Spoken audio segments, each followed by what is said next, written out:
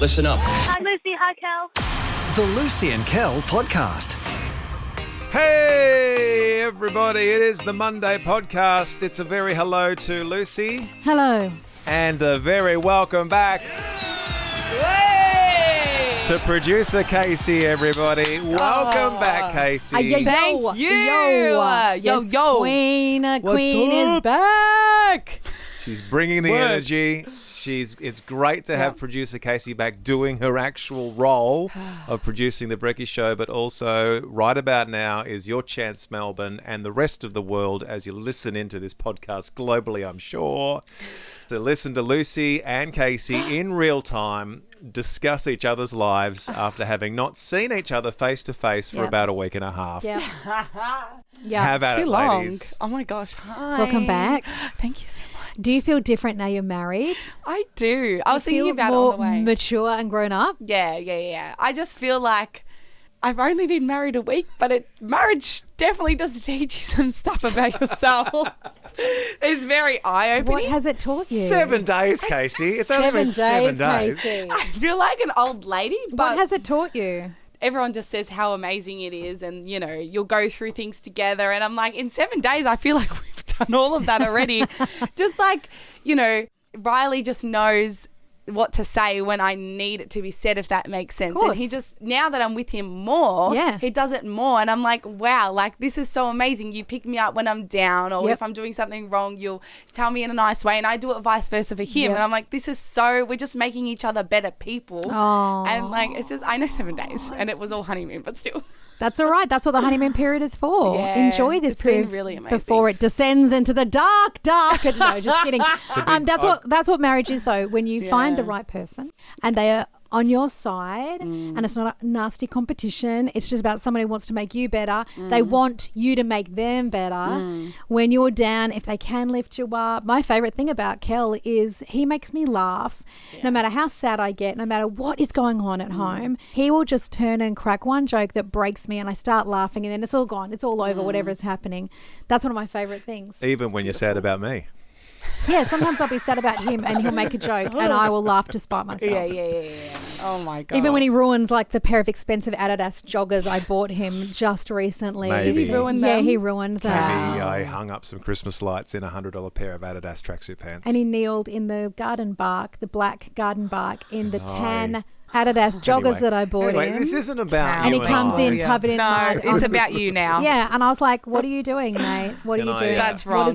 What is your problem? Incorrect. All right, you've got plenty of time to do this in real Anyway, life. okay, so... What I have a question, because we have, to be fair, Lucy has spoken at length about the wedding and how amazing every it day was. since the podcast. I too, as Casey is sort of exposing, I would like to know how the marriage is going in the last week that it's been alive. How's the bathroom? Because a lot of the time you figure out pretty early that one person dominates the bathroom. But I don't know about Riley. Having met Riley at your wedding, I feel like he's fairly hygienic. Do you both have a lot of cosmetics and a lot of perfumes and do you have to separate? Or is it just a gigantic mess in the bathroom right now?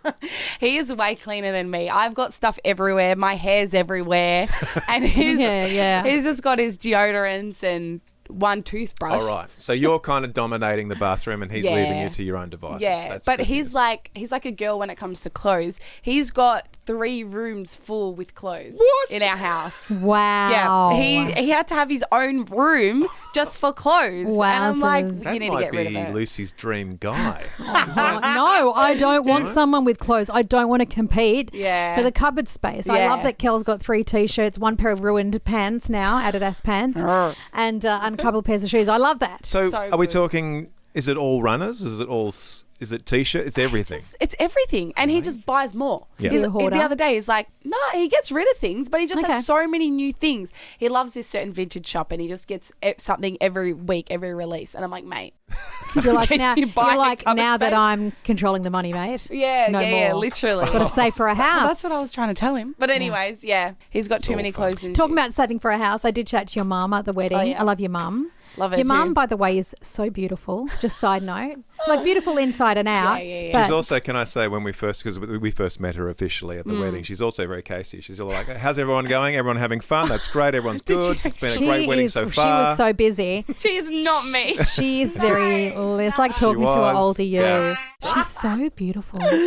can't stop she's staring at pretty. her. Like, She she's is.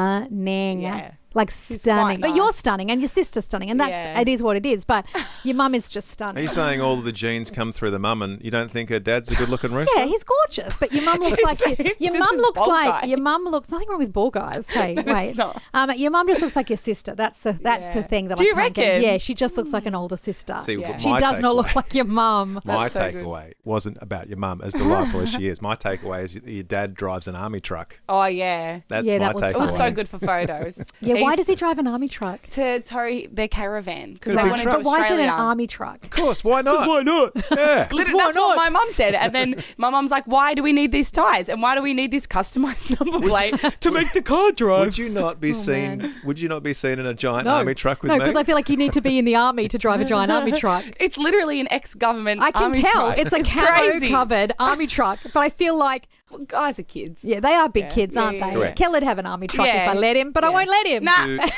You were very nervous during your vows. Yeah, you knew. You did a little shimmy. You're doing a little shimmy on stage like this. She was shimming her nerves out. It was gorgeous. We did establish, Casey and I established this morning that Riley and your dad did all the crying for everybody. Yeah. Yeah. Yeah. None of the women cried. One other thing we did find out is that you are your mum's favourite. She let that slip in her speech. She's a banana.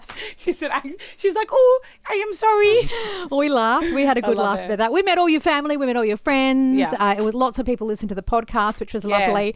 We did giggle that your mum kept introducing us as the VIPs of the wedding. I know. We're like, stop. And do you want to know something funny really So quick? embarrassing. Pretty We sure got a- Casey and Riley are supposed to I be know. the It was like, stop. We're just her friends. We got a sneak peek of the gallery just the other day.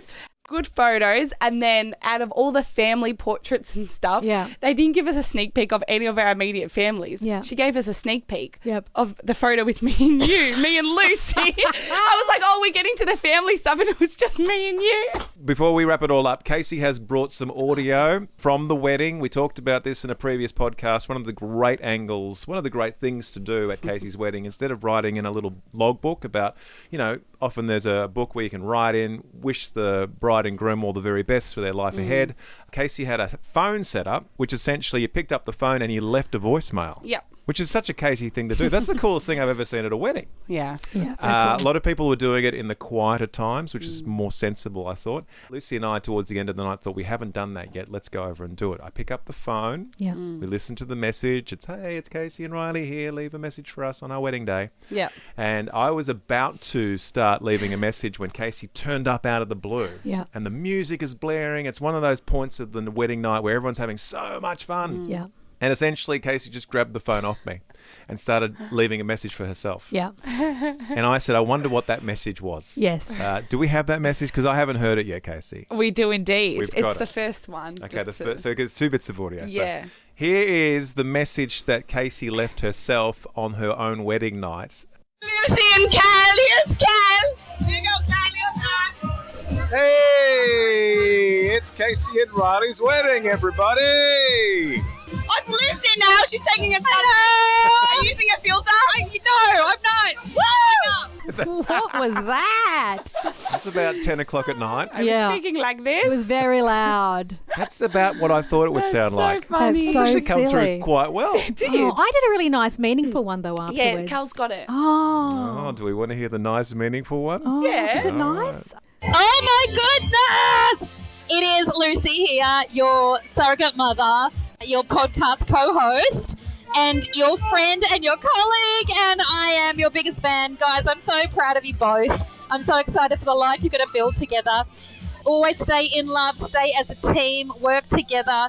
Kel and I cheering you on all the time. We just think you're the best. We're so proud of you. Oh, Well done. Thank you. I did go on and on and on and on. And then I did hang up abruptly at one point because you came near me and I said, I need a photo. Yeah. And then we did and then boom. selfies. Well, I feel like that represents the vibe of the wedding. It was joyful. It was exciting. Yep. It was loud. Yeah. And we found out I stole a parasol from the Yes, wedding, that from the was venue. really funny. It's Oh, at wow. home on display. Yeah, good. It's beautiful. It's a memento. Yeah. And now she's an old married woman and she's Yep. back working with us. My That's back's it. sore. I know. from, Deal. from carrying the show. The Lucy and Kel podcast. Want to throw together a bit of a Lucy list this morning?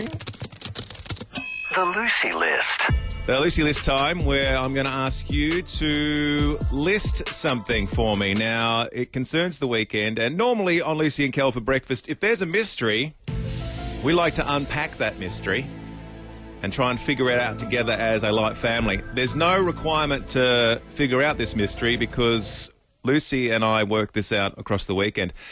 All of our milk has gone missing, everybody. Our milk was disappearing at a rapid rate of knots, like litres and litres of milk. Every weekend, we have the kids. Lucy's like, where's all the milk gone? I would like a little bit of milk for my tea, and it's all disappearing. I have like 20 teas a day, so... So when we buy milk at our household, especially when the kids are around, it's like the 2 litres of milk. It's the big bottle of milk. If we could... What's the biggest bottle of milk you can buy? Is it like 3 litres, 4 litres of milk? I've never seen that. There's a I bet bigger in one. Costco There's the there's a big, full- massive. Yeah, there's I like the reckon- 2 litres, but then there's like the square. The big square one. Don't know how many litres that is. That's what we need to buy. A couple of litres of those. I bet that's a Costco size one. Across the weekend, Lucy came into the bedroom where I was doing whatever I was doing in the bedroom, probably sleeping. And Lucy said, "Wake up. I figured it out. I know where all the milk's going. It's your daughter, Nina." And I went, "What?" And she goes, "Your daughter, Nina's drinking all the milk." So what's happening is my kids, the best I can do with my kids is that, I mean, my kids are my kids. They're tweens. And I've got a boy as well. So it's just like locusts. It's biblical level locust plague devouring of food at the moment in the household. We even have now, not to throw your daughter under the bus, but even Shiloh will knock on the door sometimes very late at night and go, "I'm hungry. What are you going to do about it, Mum?" And we're asleep. Yeah, yeah. And I think Shiloh knows Lucy's defences are all down, so Lucy's just like, grab something and go back to bed. And then we go back to sleep. Because the kids are growing up. They're burning a lot of fuel at the moment. They need to eat, and eat they will. Anyway, Lucy saw where all the milk was going. When my daughter says, "Hey, Dad, can I have a snack?" And I'll be in the other room doing something. And she's like, "Dad, can I have a snack?" And I'm like, "Yes, sure, grab something from the pantry," thinking that it's going to be like a packet of chips or something. We have those tiny packets that you buy the big packet of all the tiny packets inside. No, she goes to the fridge and she pours herself a litre of milk and makes a Milo. That's what we've discovered. Yeah, like a litre of Just milk. litres and then and like litres a of gallon milk. of Milo. And it's like, you've never seen anything like it. So my idea of a snack is maybe an apple. Yeah. Or a bowl of grapes, or, yes, maybe a small packet of Pringles. No, my daughter has equated snacks with litres of Milo. So we need to She's put a lid on that. But again, Literally put a lid mystery on the solved. milk. We don't need to know where the milk's going. It's going directly into my 12-year-old daughter. She's definitely not lactose intolerant. That's true. She's This is absolutely true. fine. I thought we'd throw together a very quick Lucy listing. I think a lot of parents with tweens and teenagers can relate. So, this morning on the show, I'd love to... The Lucy List. What is the number one thing that your kids are devouring at the moment? Is it bread? Is it cereal? Is it milk? Is it apples? I went through a stage growing up between about the age of 13 and 16 where all I ate were apples. Really? Just pink ladies after pink ladies after pink ladies. It is the preeminent of the apples. It's one of the greatest apples. Yeah. And that was, I thought I was doing, again, you shouldn't eat a lot of the same thing. After a while, it kind of has an effect on you. Yeah. So, but there for a while, and loaves of bread. My mother would purchase loaves. I would come home, I'd go to school, go directly to footy training, come home, not an exaggeration, I would eat half a loaf of bread. Yeah. I would grab the loaf of bread, I would take half of it, I put butter all over the slices of bread and eat it all before dinner. Yeah. Because I was a growing boy. Now I think about it, I don't know how I survived. No. With that much carbohydrate inside of me. That much fibre as Did well. you consume something as a child and your mum's like, we cannot financially survive this? No. You were just a little, you I was like a ate sparrow. like a mouse? Yeah, I was a sparrow. That was the thing. I wasn't food driven. Wasn't food Like a, driven. you know, food driven. Every tween or teenager, that's all they are. They're Well, only you ring food my driven. mum and ask her because there was nothing. Yeah, your mum will now on the podcast be like, all right. she ate. Go on, you can ask her. Give you permission. Wasn't it cereal? You didn't eat cereal in the No. afternoon? Nope. Just out of the box? No. Just pour it into your mouth? Perfect child. I was. Perfect child. All right. Permission to ring my mum on the podcast. Okay. Well, this conversation is not for you. No, but I will say this. My daughter loves at the moment something called jumpies. What a jumpies. Oh, what are jumpies? Exactly. I don't know. I buy them. I have not eaten them. I've never seen a jumpy. What is a jumpy? They're hidden at the bottom of our cupboard so your kids don't eat them. Lucy has a special place for Shiloh snacks. Yeah, because if I buy Shiloh snacks if my for kids school, find out, yeah. his kids eat all her snacks and then there's nothing in for a school bag. That's a good point. So they're hidden at the bottom. Jumpies, I don't know. They're in a green packet. I think they're little tiny kangaroos, but she loves jumpies. But are they chips? Yes, they're chips. But they're tiny. They're like that big. And kangaroos. That's all she'll eat. Parents, what is the one food that your kids are just consuming at a great rate of knots? Bread, cereals, milk, something else that I don't know about. There was one thing I did like. See?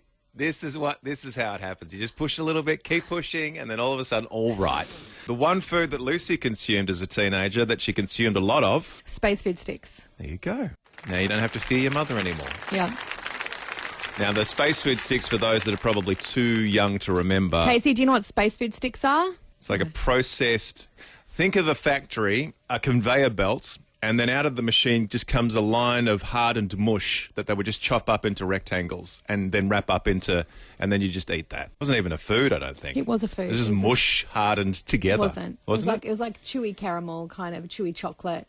It was like what they took to space to eat. It was like a sweet. It never went to space. It did go to space. Space food sticks went to space. Isn't that why we ate them? I think they just called them space food sticks. Really? I thought we just ate what astronauts I love ate. that you, in your mid-40s, are now Googling, did space food sticks I thought go that's to why we space? ate them. I don't think they ever went. It's true. Did they? Yep. I think they were based on the nutritious, vitamin-filled food that they fed the astronauts in the 80s. But Yes. I don't think space food sticks, the product, went to space. The guy who made them made stuff that went to space. Okay? Good PR. Now, well, we know now. So how many sticks do you think you went through? 1 a day, 2 a day, 3 a day? Well, space food sticks, if you remember, they kind of were in the shape of a Kit Kat. There was 2 in a row that you'd snap, or peel or chew because they were chewy. I think I had 1 a day. 1 a day. Yeah. That's a lot for you. It is a lot for me. That's 365 space food sticks a year. And I would oscillate between the caramel or the chocolate. Good to know. I was only in one season. See, we're all having fun. Lucy Yeah. Liz? The Lucy List. A couple of text messages coming through early as well in regards to the foods that your kids are just consuming at a great rate of knots. Based on the story earlier this morning that we figured out where all our milk is going, my 12-year-old daughter Nina is ingesting litres and litres of milk. Melody and Sunbury, morning Melody, who were out that way recently. Melody says, my 8-year-olds are eating apples by the bag load, generally after bedtime, facepalm emoji. Yes, I did that. Is that sneaking out, Melody, and grabbing a little appy in bed? Oh, a little happy. But can't you be mad at them eating apples at night? You can have too many apples. I did. I was on record. I went through about 3 years of just eating apples. Does too many apples give you the run? There's a lot going on with too many apples. And also, have you ever eaten the core? No! I used to Who's eat eaten the core? I did. I used to go, when I was a teenager, about the age of 14, I would eat apple and core, the whole thing. Why the heck? And I know the seeds aren't great for you. Yeah, I did a lot of stuff that wasn't good for you. Why would you eat the core? Because What's it's wrong apple. with It's all you? apple, guys. Did you eat the little stick bit at the top? Sometimes. That's Did you? very bitter. It's a Here's very a question. bitter I stem. can't believe I'm going to ask this, but are you one of those weirdos? I don't do it anymore. No, listen to me. Are you one of those weirdos that eats the sticker?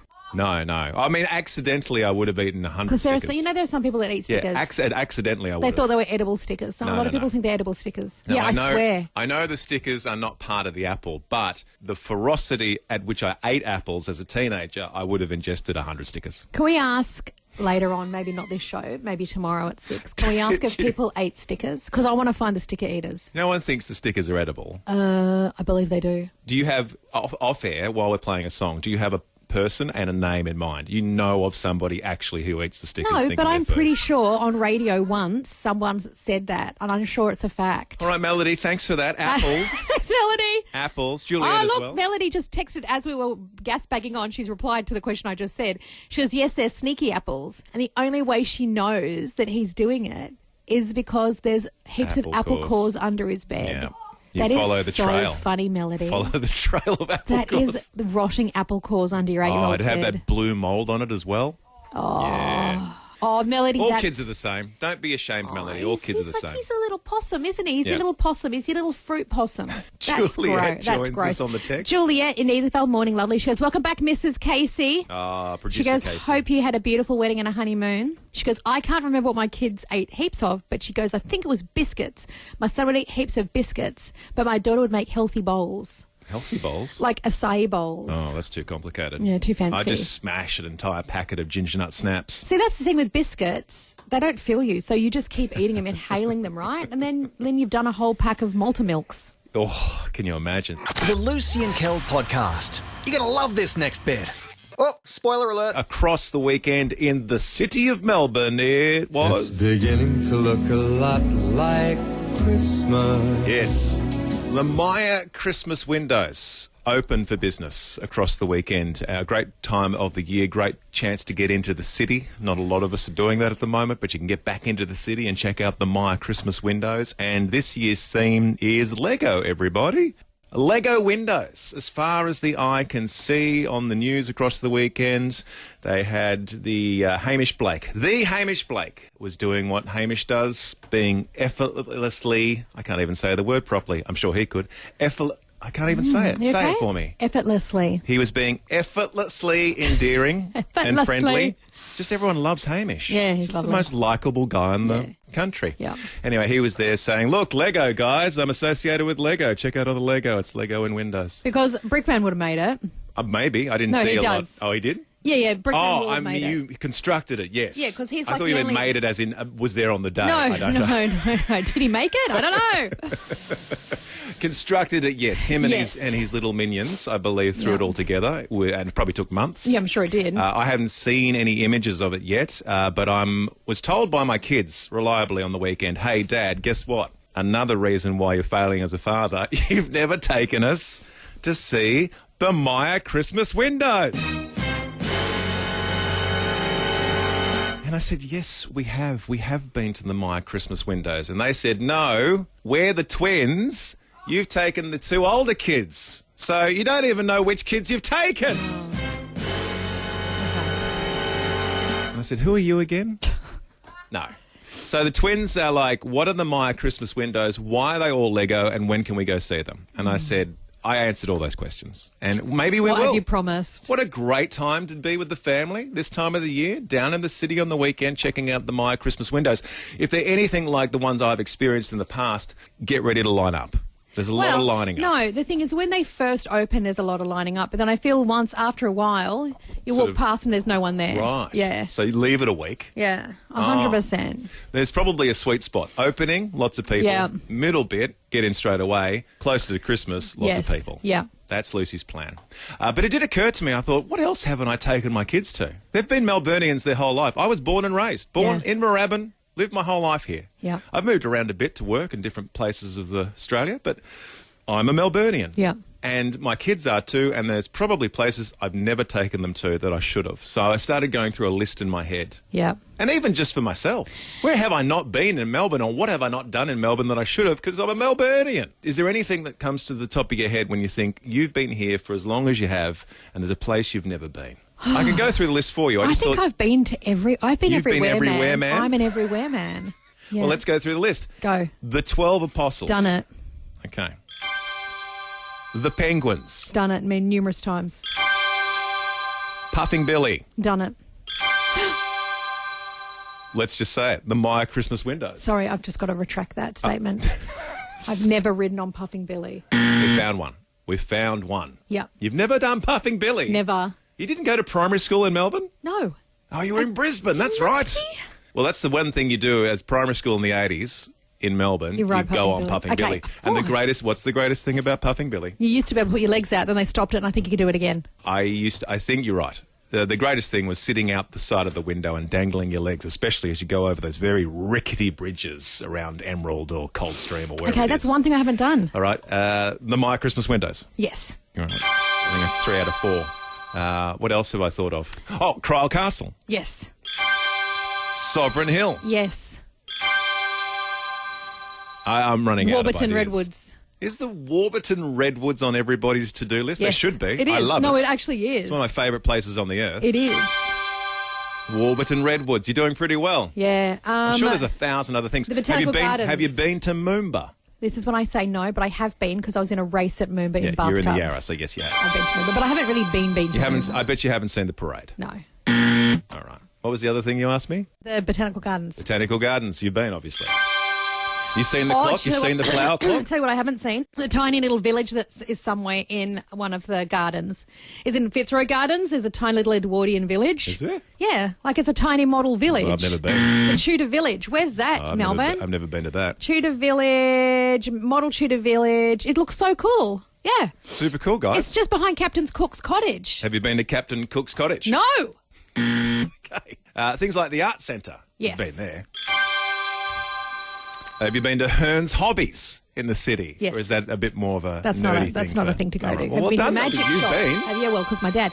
The magic shop in the city, the famous magic shop. No, I don't know what you're talking about. There's a famous magic shop just down the bottom end of the city that everyone went to. Famous magic shop. I think we've discussed enough about what we have and haven't done. I think the only thing you haven't done was Puffing Billy was the big ticket item. Yeah. We need to get you on Puffing Billy. Yeah. We'll say Puffing Billy for you, okay? Yeah. All right. Is there anyone out there, 1300 777 899, or you can text through 0428 899 899. Is there a thing on your list of things to do in Melbourne? Maybe you've been a Melburnian your whole life. And you've never gone to the Sydney Myer Music Bowl. I've been to the Sydney. I saw Pearl Jam there. Isn't about you? I'm just ticking all the boxes. Stuart in Langwarrin has never been to the 24-hour Kmart in Burwood. Now, I didn't realise this was a thing until Lucy The said first Kmart. it's a thing. It's the home of Kmart. It's the Holy Grail. You must make a pilgrimage. I have. And I've gone there once at like 1 o'clock because you've got to go there at least once in the middle of the night to see it. So first Kmart. Yeah, first Kmart. And has never closed. Never closed. It's Even always- closed. Like, I think I've gone there once on like a Christmas Eve just to see. Was there much going on? Yeah, heaps of people. Wow. It's so famous, that Kmart. It's a good, no, it's not a station sponsor, but it's just a good one. It's a big one. She's not kidding. She loves that Kmart. The amount of light listeners I meet in Kmart is so funny. And every time I'm in a Kmart and a light listener stops me, we start laughing and they're always like, I thought I'd find you in here. Now it's embarrassing to go into a Kmart because I meet so many light family members in Kmart. Stuart, you're living a wild and crazy life. Go off to the Kmart at 1 in the morning and say that you've done it. Yeah, totally. Why not? Stuart has also never done fish and chips on Rosebud or Rye beaches. You do actually. I will give him that. You must do fish and chips somewhere down the Mornington Peninsula somewhere. Yes. Yeah. I'll give him that. Yeah. That's another thing you You should must need to do tick. that. Yep. Your choice of beach. We're not going to be picky, but No. you've got to do it. Chris goes, morning, Lucy and Kel. I can tick most of those boxes, except I've never been. Actually, no, wait a second. Is Chris the one on the phone? No, he's not on the phone. Okay, Chris said he's never been to Wilson's prom. That's a very good point. I've been to Wilson's prom. I think. I have also been. It's a lovely And he's part of the never world. been, and I had to Google this, to Craig's Hut. Where's Craig's Hut? So I've never heard of Craig's Hut. So I Googled Craig's Hut. It is on Mount Buller. Right. I've looked at it. It's this iconic hut. It looks amazing. And I'm like, why is this iconic? It was actually built in 1982 for The Man from Snowy River, the movie. And then it burnt down in the early 2000s. And then dear. they rebuilt it, even though it's not used anymore. It's such an iconic looking thing because it has great photo opportunities. And it's got this amazing vista because I obviously filmed it for the movie. Well, Chris, you, myself, and Lucy have never been I've never even heard of Craig's Hut until today. to Craig's Hut. I was this year old today. Put it on the list. It's on the list. Karen goes, oh my goodness, that was the best list. She goes, but it brought up something we need to do, Puffing Billy. She goes, there's something else you mentioned, but I've forgotten it. Karen, we went through every tourist attraction in Melbourne. There's the 12 Apostles, the Penguins, Puffing Billy, the Myer Christmas Windows, Cryle Castle, Sovereign Hill, the Tan, Rialto. the Rialto was a big Hillsville, thing. Werribee, the zoo. Can I reveal a shameful thing? I don't think I've been to the Hillsville Zoo. What? I don't think We I've live been. near it. Is that the one where like the eagle comes down and lands on somebody's? They've got eagles everywhere these days. I don't know. Hillsville is the more naturey Australiana zoo. I think I need to go. Do you know there. what? I told our kids recently that next school holidays I'd take them to Hillsville Well, Zoo. you'll be 'cause it's taking me free for the first kids. time It's as free well. for kids on the holidays. So. And we live like a we stone's live 20 throw. minutes from Hillsville Zoo. And I don't think I've ever been. Okay, well, we'll tick that off your list. Gal goes the car ferry from Sorrento to Queenscliff. She's never done it. I've never done that either. Do you think that makes me un-Melburnian? I've never been to Queenscliff.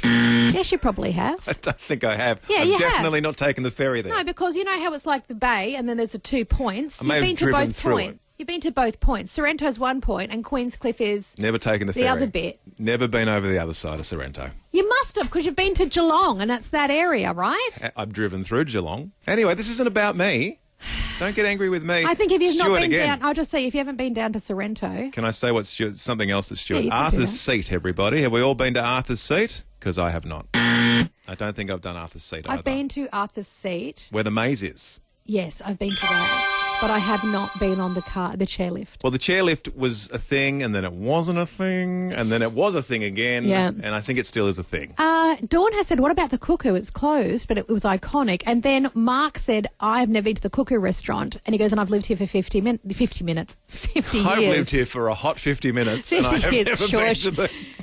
Look, it's a Monday, and I've only had one Casey coffee. Now, but this is the thing, everybody. What? I believe the Cuckoo sold recently. It's been empty for years, and I believe it's about to reopen. Have you been to the Cuckoo? No, I've never been to the Cuckoo. I have been to the Cuckoo. But it's going to reopen. And I wish I had the... What's so good about it? There's sausages. Yeah. There's adult cordials. There was. There's more sausages. So is and it a lot of German? German people. Okay. Yeah. I'll tell you what. Every 10 minutes, people getting up and dancing. Really? Yeah. I tell you what. If it ever reopens, we'll try and get a giveaway with that place. You have Lucy's word. The Lucy and Kel podcast. There is a celebrity I want to talk about. And now hear me out. Don't turn off your radios when I mention this name. Bear with me. Stay with me. There is a point to this. I know you're going to be shocked, but I have Kim Kardashian news.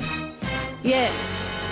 Stay with me. Don't turn off just yet. I know you're like, but Lucy, we're not into that. I know, right? It's okay. Hear me out. I saw an article last night and it got me to thinking. Some of you may know that Kim Kardashian is trying to become a lawyer. Her dad was a lawyer, her late dad, and she's been on the journey to become a lawyer. She took the baby bar exam a few years ago, passed that. Then the last few years she's been studying to take the bar, which is a very hard exam, so she become a lawyer. Right. And of course, most of her life is documented on a TV show and on her Insta. Does she know that's happening? She does know that's happening. Okay. It's how she makes all her money. So she took the bar exam, big exam. You know, she's talked about it publicly. She's been studying for it. It's been following her on the show. And anyway, it comes out yesterday that she failed. She failed the state bar exam. And then she took to Instagram and she did a post. And this is what I want to talk about. She said, I didn't get in. I'm not a lawyer. She goes, 6 years into this law journey, I'm still going to keep going until I pass the bar. No shortcuts, no giving up, more studying, even more determination. She wanted to thank everybody who had been supporting her. She said, falling short isn't a failure. It is just fuel. I was so close to passing the exam, and that only motivates me even more, so let's go. And I thought, that's refreshing. That's refreshing to see someone who has publicly what could be considered an embarrassing moment. You know, you're talking about being a lawyer, you fail. And instead of just either pushing it under the rug or even instead of just going, I'm just going to give up, she's come out and she's like, it's okay. Failure is not the worst thing. It just is going to push me to keep going. And I think that's such a good lesson. I think especially as you get older, you realise that failure is not always a negative thing. Not always. Sometimes failure is the thing that propels you to the next great thing. So you're thinking words to live by from Kim Kardashian. I know it's a shock. I said bear with me. I think I would agree that the fear of failure can even prevent you from being successful. Yeah. Before you even get to try to fail. Before you even get out of bed, you're like, won't even bother. I know. What if I make a mess of this? I know. Which is no way to live your life. And there are some people who fail and fail and fail and fail, and before they get their big win. I think about that analogy that an arrow has to be pulled back. Right. To be launched even further. Profound. Sometimes you feel like you're falling back, but it's actually so you can be flung further. Right. And that potential. That other old saying that what you think is a setback actually is a setup. I have loved those kind of analogies for my life. Yes, like 2 steps forward, 1 step back. Yes, those kind of things. Life's going to throw hurdles at you. Yeah. But you just got to keep on keeping on. Yeah, because you don't make know. That progress. Or you don't even know what something may look like on the face might be really quite bad or not what you planned. But actually, if you had the benefit of hindsight, years later you look back and you go, well, that was a great thing, like the job you didn't get. And that's learning, right? Learning is failing. You don't hear a lot of people going, I learned I was amazing at it all at the very beginning. Yeah. I was great at all of it. Yeah. That's not learning. Learning is actually, no, I learned that I have a long way to go. Yeah. And I learned not to do that again. Yeah. And when I have another attempt at trying to be successful in this endeavour, I'll try something different. Yeah. Because I failed and I learned. Apparently, failure is a brilliant thing. The scientists have even researched it. They say it provides a reality check on where you are. Good. The lesson you learn from it, priceless. it's rarely is it just one shot and you're done. It means that there are other options. You've just got to keep going. The basis of science is fail, fail, fail, fail, fail, fail, success. Yeah, that's how you find like hypotheses and theories, right? It builds strength of character and it realigns you to your goals. I think it's not a terrible thing. And I think now many of us have hindsight of looking back and going, it actually, sometimes those things in life were exactly what I needed at the time. I wonder if anyone can think of a moment in their life where it looked like the worst thing ever, but years later, or maybe days later even, it was something that propelled you forward. Mark in Werribee said, I didn't get into the uni course I wanted and I felt like a failure. I took a gap year working in youth work and discovered I loved it. And now I'm a wellbeing coordinator at a school and missing out was the best thing that ever happened to me. Yep. Perfect. Words to live by for a lot of the kids doing exams at the moment. Talia and Berwick, I got made redundant during COVID and I thought my world had fallen apart, but it forced me to start my own business, which is now full-time, and I actually thank God for that setback now. Brilliant. These are brilliant. Karen in Melbourne East, I failed the exam to be a nurse twice. I then became a PCA in aged care and I loved it. And I found that palliative care as a Christian was such a blessing. And I think if I'd become a nurse, I would have gone down a different path. When God closes one door, another door opens. It is the door that God intends for you to go through. Because I wasn't a failure, I was a winner in the right situation. Oh, so good. These are so good. Debbie says, I was persistent in passing a nursing degree for numerous reasons, in particular to make my life better. I failed twice. Hey, just the same as that other caller. How amazing is that? Karen. She goes, failed twice, but here I am midway through a diploma of community services and where God wants me to be. Jeff says 90% of candidates fail the bar the first time around. Yes, this is very true. And Jeff also says SpaceX works by failing often. They build and launch lots of rockets and they test them until they fail. Every time a rocket blows up, everyone's like, oh no, a rocket blew up. They're all like, yeah, that's good news. Yeah. That means we've learned something. Not to do that again. I'll save some of these texts because we've got so many calls to get through. So bear with us. We will get through everything and keep your texts coming through on 0428899899. Emma in Brunswick is on the phone as well this morning. Good morning, lovely Emma. Good morning, Melbourne. Oh, I love that. You're right. You are talking to Melbourne, Emma. I'd love to hear your story. My life kind of had a bit of addiction going on in it, and it slowly got worse and worse. And yeah, it was going on for about 10 years, and I was juggling a life of addiction, trying to juggle it with a normal life, and eventually it led to me going to prison. Oh, wow. And I went away for 2 years, and, you know, at the beginning it was a little bit scary, and I was like, oh, no, I'm wasting 2 years of my life, or at the time I didn't know if it was going to be more. You know, as soon as I was in there, it took away the anxieties of the outside world, and I was able to really just focus on myself, and I naturally turned to God, and, you know, I found so much comfort in going to the church services in there, and massive shout out to an organisation called Prison Network. Yes. They are truly amazing. Yeah, today, fast forwarding 3 years, I've been out for a year now, and my life is beyond its wildest dreams in the sense that I'm building my relationship with the Lord every single day, and it's getting stronger, and I am so involved with all these different church groups every week. And yeah, if I hadn't have gone to prison, I don't know where I would be today. I'd probably still be stuck in that same cycle. So I really took the whole experience really positively. I would not change it for the world, and I'm grateful, and I honestly just see it as a blessing. Oh, Emma, my goodness, what a testimony, right? Like when your test becomes a testimony, that is going to change lives, Emma, your story.